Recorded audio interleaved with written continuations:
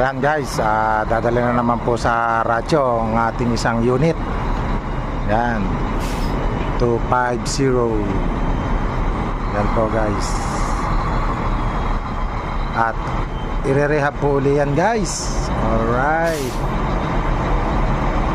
Yan po guys, sobrang tagal niya. Medyo nagkalumot lang naman siya.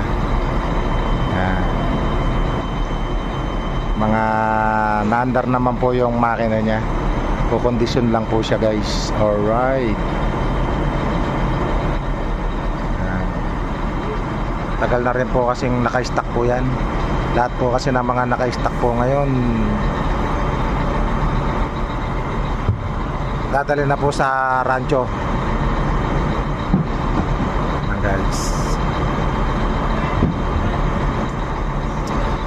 Alright.